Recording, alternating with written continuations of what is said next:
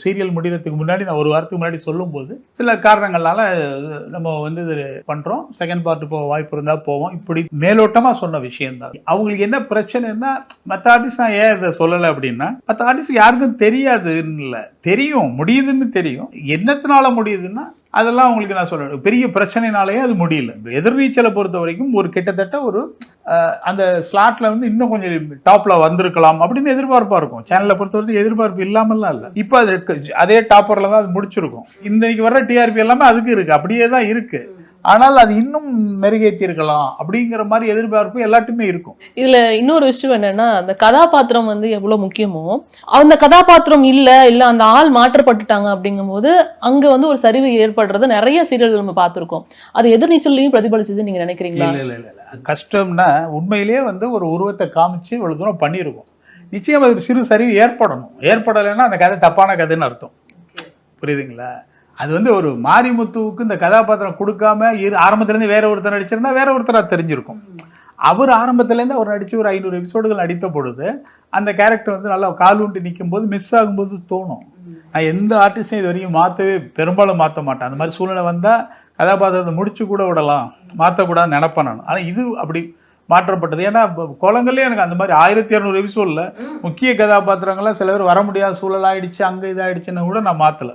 அந்த காலகட்டத்தில் இருந்த சேலஞ்சஸ் என்ன சார்? இப்போ மாரிமுத்து அவர்கள் இறந்த பிறகு நிறைய சவால்கள், எல்லாரும் இதுதான் ஒரு டாக் ஆஃப் த டவுனா இருந்தது. இல்ல எனக்கு ஒன்னும் கூட அதாவது முதன்மை செய்தி ஊடகங்கள்ல கூட இது ஒரு பெரிய நியூஸா வந்து வாசிச்சாங்க. ஒரு சீரியலுக்கான முக்கியத்துவம் இவ்வளவு தூரம் இருக்கா அப்படின்னு அப்பதான் எல்லாத்துக்குமே தெரிஞ்சிச்சு. அப்ப அங்க என்ன சவால் இருந்தது உங்களுக்கு ஒரு கேரக்டர் ரீப்ளேஸ் பண்ற இடத்துல? இல்ல அது என்னன்னா, இவங்க எல்லாருக்கும் பிரச்சனை என்னன்னா, அவருடைய கதாபாத்திர கேரக்டரை திட்டி கமெண்ட் பண்ணுவாங்க முன்னாடி. அவர் அதை நான் நகைச்சுவையிலோடி தான் நான் அதை மெயின்டைன் பண்ணேன் பிகினிங்லேருந்து. அது ஏன்னா இது நான் பார்த்த கதாபாத்திரத்துலேருந்து எங்கள் ஊர்லேருந்து எல்லாம் மிக்ஸ் பண்ண ஒரு கேரக்டர் தான் அது. அதாவது அவர் கெட்ட ஆள் தான், ஆனால் அந்த ஆள் வந்து பேச்சு வழக்கு வந்து எப்போ பார்த்தாலும் முறைச்சிக்கிட்டு இருக்கிற ஆள் கிடையாது. நான் இது வரைக்கும் இதுக்கு முன்னாடி சினிமாவில் எங்கேயாவது அவர் பண்ணியிருக்காரு, அது மாதிரி பார்க்கவே முடியாது. அப்போ அந்த முழுக்க அந்த கேரக்டரைசேஷனில் வந்து நகைச்சுவை தான் வச்சுருந்தது, பிரதானமாக இருந்தது. நகைச்சுவைன்னா இரிட்டேட்டிங்கான நகைச்சுவைகள்.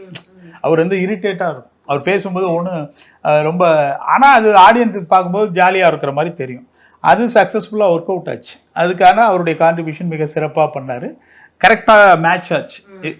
ஆனால் இது வந்து போனதுக்கப்புறம் ஐயோ என்ன பண்ண போகிறாங்க அப்படின்னா, இது ஒன்றும் பண்ண போகிறது, இது ஒரு கதை. இந்த கதையை எவ்வளோ தூரம் நகர்த்தி இருக்கும், மக்கள் மனசில் இதாக இருக்குது. இதுக்கப்புறம் வந்து அந்த கதாபாத்திரம் எல்லாமலே கொண்டுட்டு போகலாம், அதாவது இவங்களுடைய தனிப்பட்ட கதையாக கொண்டு போகலாம். இல்லைங்களா, நான் அந்த ஏரியாவை கடக்கிறதுக்காக எனக்கு அது தோணலை. எனக்கு வந்து அவருடைய இழப்பு பெரிய, அந்த நஷ்டத்தை பற்றி நான் யோசிச்சு அதை பற்றி வருத்தப்பட்டமே தவிர, நான் இதை எப்படி எடுத்துகிட்டு போக போகிறேன், இது என்ன பிரச்சனைனா நான் திரும்ப கதை சொல்லுவேன். எனக்கு வந்து கதை சொல்கிறதுல சிக்கலே இல்லை, நம்ம சொல்ல போகிறோம். ஓகே, அது மக்கள் மனசை ரொம்ப ஸ்ட்ராங்காக பிடிச்சதுனால அந்த நேரத்தில் வந்து அவருக்கு அது பெரிய சிம்பதியாக மாறிடுச்சு. புரியுதுங்களா? அந்த கதையில் வந்து அது ஏதோ எல்லாரும் சேர்ந்து அவரை கொலை பண்ண மாதிரி ஒரு சிம்பதி மாதிரி ஆயிடுச்சு. அது வந்து அதுக்கு அவருக்கு ஆறுதல் வார்த்தை கொடுக்கணுங்கிறதுக்காக இவங்க எதையோ பேச ஆரம்பிச்சிட்டாங்க.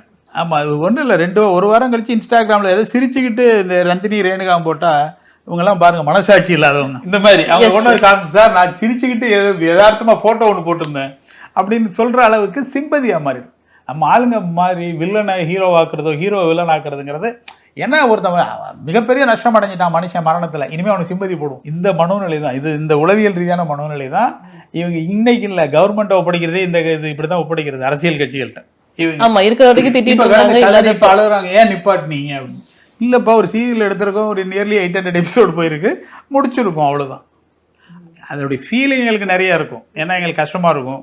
அதுலேருந்து வந்து அடுத்து ஆரம்பிப்போம், அடுத்து போவோம் அப்படிங்கிற மனநிலையில தான் அது. அதை கோலங்கள் பண்ணும்போது எனக்கு இருந்தது.